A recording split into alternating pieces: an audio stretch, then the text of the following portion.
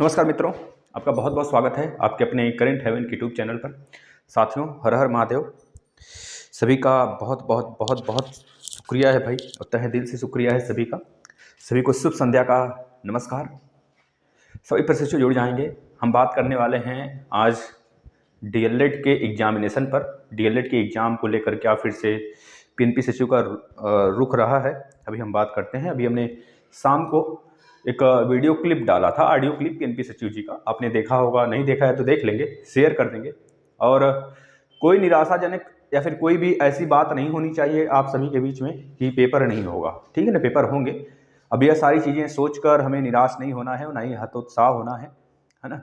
और पेपर तो होना तय है। अपने एग्ज़ाम के लिए आप लगे रहिएगा। जैसे आपको पता है, आपने एक दिन बिताया, 2 दिन बिताया, 3 दिन बिताया, इसी तरह 4-5 दिन बीत जाते हैं, कब पता नहीं चलता है। एक साल बीत गया, 2021 बीत गया, पता चला 2019 से 2021 कब आ गया हमको तो खुद नहीं पता चला।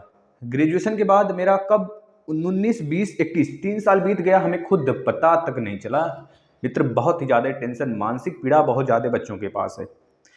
और ऐसे में हमें क्या करना चाहिए, क्या नहीं, हम आपको बताते हैं। पहली बात है, आप लोग मेडिटेशन जरूर करिए, डेली मेडिटेशन करिए। अपने लाइफ को लेकर आपको चिंता करनी है, ठीक है।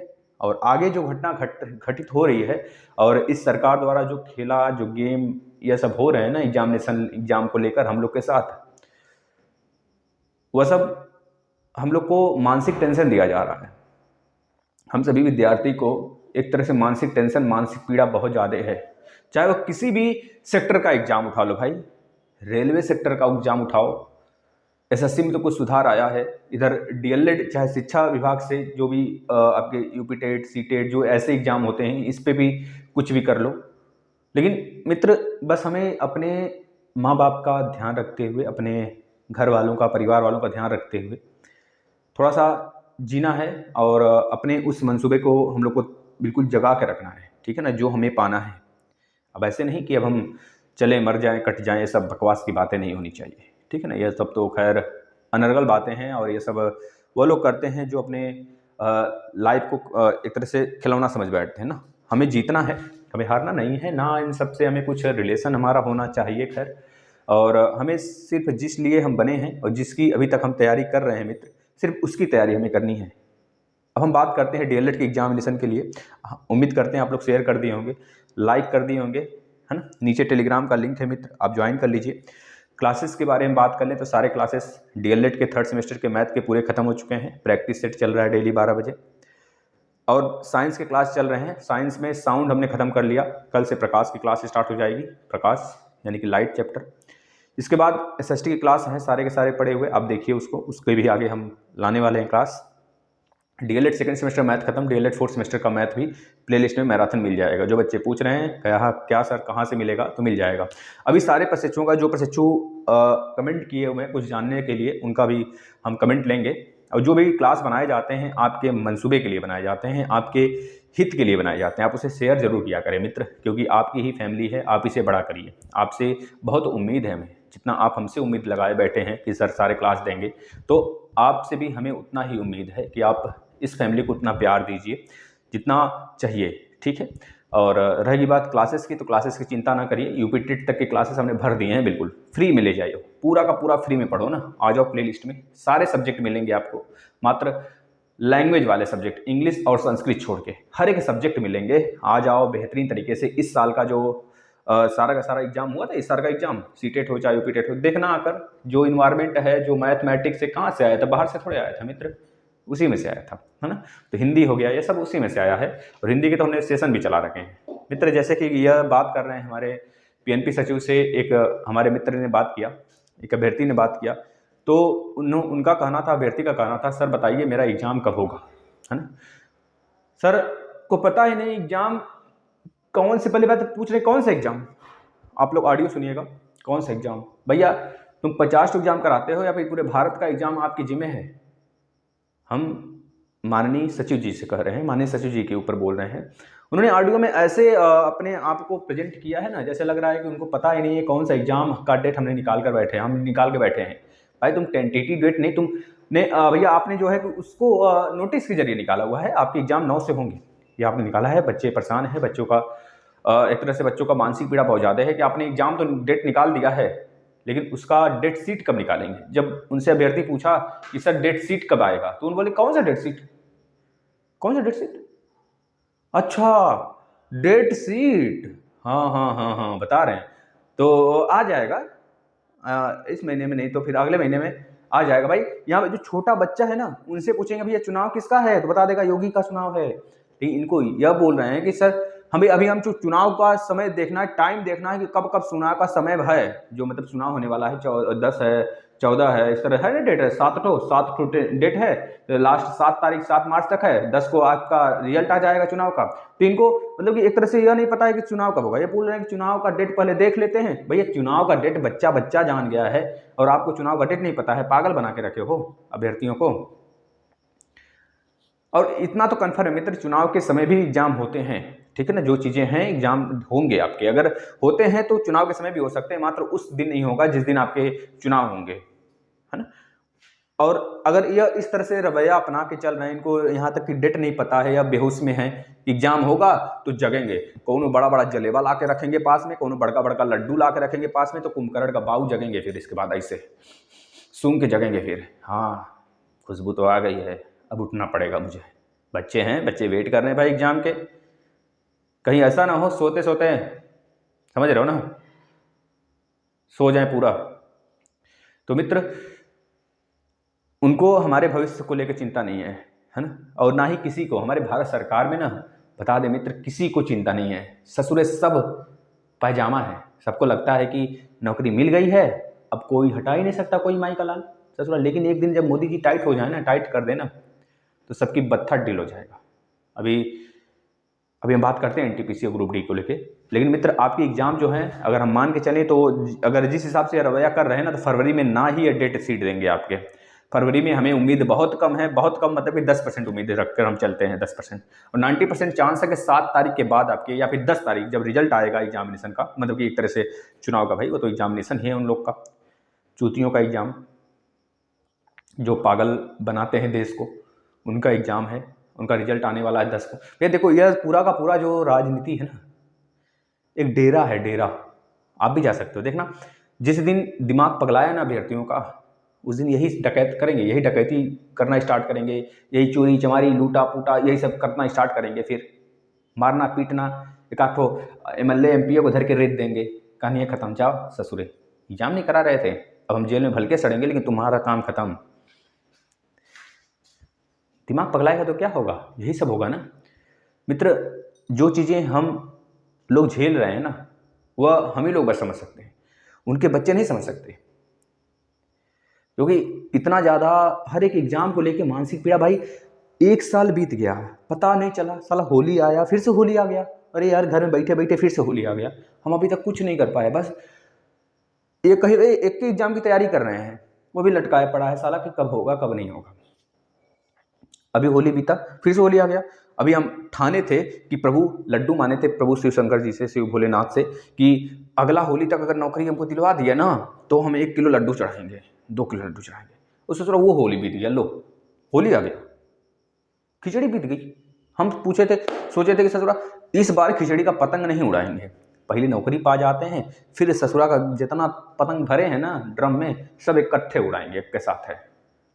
क्या होगा, कुछ नहीं, इस बार का पतंग भी भर दिए ड्रम में, अब वो एक के साथ अगले अगले खिचड़ी को उड़ाएंगे, देखेंगे अगले खिचड़ी को नौकरी पाते हैं कि नहीं पाते हैं, तो अगली खिचड़ी को उड़ेगा पतंग, सीधा साथ में उड़ेगा सब। यह तो कहानी है हम लोगों की, और हमारे प्रशिक्षु सब कुछ यही सारे बच्चे सोचते होंगे कि चलिए कोई बात नहीं, इस खिचड़ी को हम नहीं मना पाए मौज तो ठीक है, आगे सारी खिचड़ी पूरी ज़िंदगी पड़ी हुई है। लेकिन तब तक पता चलता है एक और खिचड़ी बीत गई, तब तक पता चलता है एक और होली बीत गई। कितने हमारे प्रशिक्षु तो यह सोचते होंगे कि इस बार राखी, पिछली बार राखी जो बीती रक्षाबंधन, इस बार रक्षाबंधन जो आने वाला होगा आगे, तो हम अपने बहन को अपने पैसे से कपड़े देंगे, जो भी देना होगा अपने पैसे से देंगे। तो ये उनकी उम्मीद पर पानी फिर जाता है मित्र। ऐसे भारत सरकार जो हमारी साथ गेम खेल रही है ना, बहुत बुरा नतीजा है इसका, और इसका परिणाम उनके देखना भाई, यह बात करते हैं अखंड भारत को, अखंड भारत होना चाहिए, साला अखंड भारत कैसे होगा रे, अखंड भारत ऐसे होगा देश में हमारे खुद जो आपके नौजवान हैं, जो आने वाले कल हैं, अगर वह परेशान होंगे तो अखंड भारत तुम कैसे बनाओगे? चूतियों के बस्ती से बनाओगे। जो राजनेता हैं, राजनेता बना पाएंगे अखंड भारत? वो तो खोखला कर रहे हैं पूरा। अगर गिने चुने को छोड़ देना, बाकी सब खोखला करने वाले हैं। इन सबको बस यह लगता है कि किसी तरह हम जीत जाएं, जीतने के बाद सीधे गद्दी पा जाएं, फिर इसके बाद देखा जाएगा आगे क्या होगा क्या नहीं। तो खैर, हम अगर आपके एग्ज़ाम की बात करें मित्र, तो आपके एग्ज़ाम में अभी डिले हो सकते हैं और आपके एग्ज़ाम 9 तारीख को तो नहीं होंगे। कोई चांस नहीं है कि 9 तारीख को हो जाए, क्योंकि इनके रवैये से ऐसे ही लग रहा है।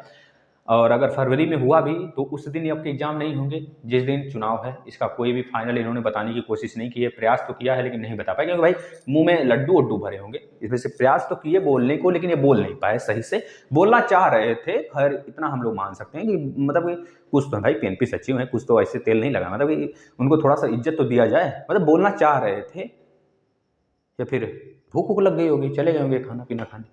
भाई हम लोग भी अभ्यर्थी हैं, हम जिस चीज़ के भूखे हैं ना, वो चीज़ जो है ना, वो केवल आपके हाथ में है। और इस चीज़ को आप सोच कर ना, समझ कर हमारे साथ गेम खेलते हो। और अभ्यर्थी इस बात को याद रखना, जिस दिन हमें मौका मिला, हम किसी भी सेक्टर में घुसे, उस सेक्टर का पूरा चीज़ें माहौल बदल देना है। हमें उनके रंग में नहीं रंगना है। ये चीज़ें अगर अपने मन में ठान के रहेंगे तो आने वाला जो कल होगा, हमारे भविष्य में जो आने वाले हमारे बच्चे होंगे ना, उनको कभी परेशानी नहीं होगी, कभी भी नहीं होगा, चुटकी भर का परेशानी नहीं होगा। क्योंकि वह सारी परेशानियां हम झेल कर किसी सेक्टर में जा रहे हैं, उस सेक्टर को सुधारने का पूरा जिम्मा हमारे पास होगा, तो हम उस चीज़ को सुधार सकते हैं। ठीक है ना? तो आप लोग से उम्मीद यही है, हम आज की पीढ़ियों से उम्मीद कि कहीं भी किसी भी सेक्टर में अगर वो सिलेक्ट होते हैं तो कम से कम उस सेक्टर को सुधारने की पूरा प्रयास करेंगे। कोई अपने ईमानदारी के साथ कार्य करेंगे, आप बस ईमानदार रह गए, बस यह का नाम है कि आलसीपन, जिस काम के लिए आपको वहाँ पर रखा गया है वह काम करेंगे, जिससे कि जो हमारे आगामी कल है ना, आने वाले जो कल हैं हमारे, वो सुधर जाए। इन कुत्तों के, कमीनों के जो घेरे में हमारा भविष्य है, अंधेरा में पड़ा हुआ है हमारा भविष्य, कुछ चुनिंदों गली के जो होते हैं ना डॉग, समझ रहे हो भाई, कुछ दिन घूमेंगे। अब ये लोग ऐसे डॉग हैं ना, एक बार घूम कर पूरा बटोर लेंगे, फिर 5 साल तक बैठे रहेंगे। करो 5 साल तक, बस 5 साल बैठ के खाएंगे। अब आप लोग 5 साल घूमो, समझ रहे हो ना मित्र? तो थोड़ा सा इज्जत, बिल्कुल नहीं मन करता इन लोग को इज्जत देने की। कितने अभ्यर्थी सोच रहे होंगे सर इज्जत से बोलिए, इज्जत क्यों दें हम? इज्जत उन्हें दिया जाता है जो इज्जत के लायक होते हैं मित्र ना। हम तो कभी नहीं देंगे इन लोग को इज्जत, एक कौड़ी का इज्जत नहीं देंगे, इतना याद रखना। जिस प्रकार से अब अगर बात कर लें यूपी टेट, इस चीज़ की बात करें यूपी टेट का, तो ये भी देखो फंस गया, ये भी फंस गया। अब इसके रिजल्ट आने थे 24 फरवरी को, लेकिन 24 फरवरी को चांस बन ही नहीं रहा है कि आ जाए, इसका रिजल्ट आ जाए। फंस गया है। अब देखते हैं क्या होता है आगे। अभी तक तो यही होता रहा कि यूपी टेट कभी कैंसिल नहीं होता, यूपी टेट कैंसिल हो चुका, यूपी टेट का डेट कभी बढ़ाया नहीं गया, फॉर्म का डेट बढ़ गया। यूपी टेट में कभी एज इट इज पेपर पिछले साल के रिपीट नहीं होते हैं, रिपीट हो गया। मतलब सब कुछ तो उल्टा पुल्टा हो रहा है। जो चीज़ें होती आ रही थी वो पूरा का पूरा इन्होंने चेंज कर दिया। अब यहाँ देख लो एनटीपीसी ग्रुप डी को लेके, ससुरा हमारे यहाँ यूपीएसआई का एग्जाम होता है, राजस्थान में राजस्थान एसआई का एग्जाम होता है, आपके जो बी लेवल के एग्जाम होते हैं सारे, उसमें केवल CBT 1 होता है। और ग्रुप डी कौन सा बड़ा जॉब है भैया? मान सकते हैं आज के युग में कोई भी जॉब बहुत बड़ा है अपने हिसाब से। अपॉर्चुनिटी सेक्टर में एंट्री होने के बाद डिपार्टमेंटल एग्जाम देके बच्चे ऊपर जा सकते हैं, जो ख्वाब रखते हैं ऊपर जाने की। मात्र 6-7 महीने में जो टेक्निकल डिग्री धारक होंगे ना, वह रेलवे के किसी भी सेक्टर में एंट्री लेने के बाद बहुत ऊपर तक जाएंगे, मतलब कि काफ़ी ऊंचाई तक वो जा सकते हैं अदर बच्चों के अपेक्षा।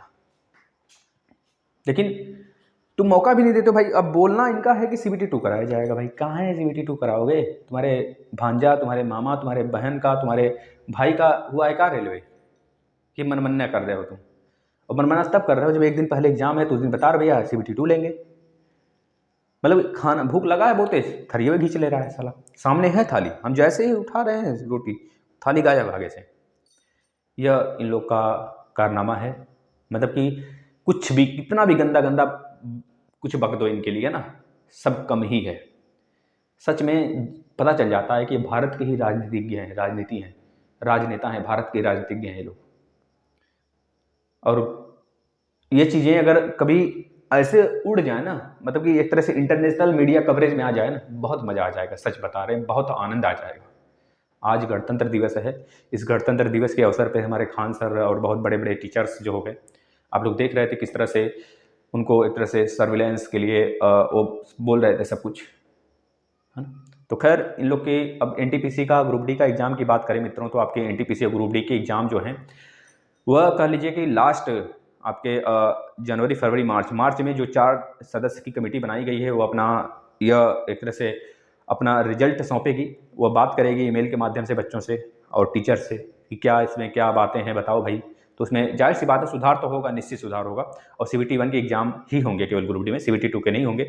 और यहाँ तक बहुत उम्मीद है ना, उनसे कमेटियों से कि यह सही करेंगे कुछ। भैया उनको सोचना सही है, सब पढ़े लिखे होंगे ना तो सही करेंगे बिल्कुल, क्योंकि भाई उनको पता है जो चीज़ नोटिफिकेशन के समय आ जाता है, नोटिफिकेशन में जिसमें फॉर्म निकलता है वही नोटिफिकेशन वैलिड होता है लास्ट तक, जब तक आपका सिलेक्शन नहीं हो जाता है।